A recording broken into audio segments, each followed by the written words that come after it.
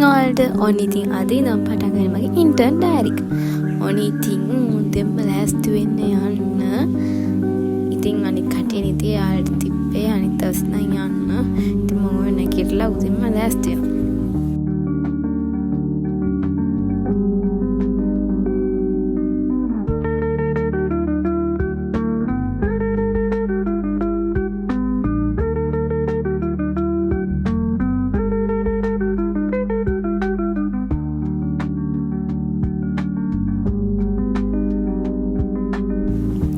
ඉතින් තාම නිදිමට පාට පේනව නේද මූණේ?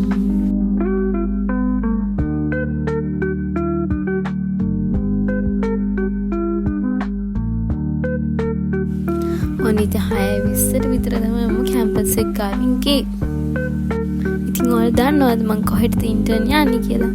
ඉතින් මං යන්නේ සිනමල් ලයිෆ් එකට. ඔන්න ඉතින් අන්තිමට ආවා.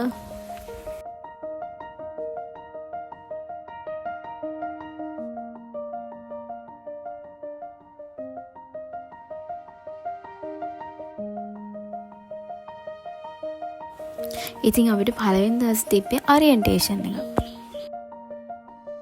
ඉතින් ඇත්තටම මේක දිග වීඩියෝ එකක් නෙවෙයි.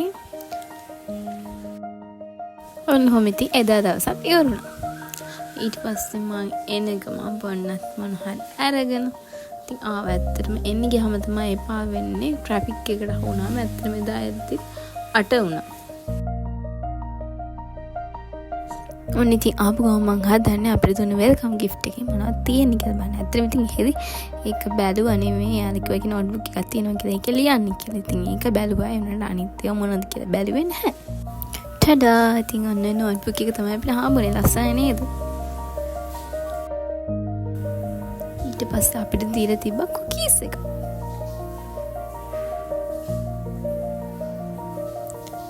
ඊට පස්සේ ඉතින් ලස්සන මග් එකකුත් තියලා තිබ්බා.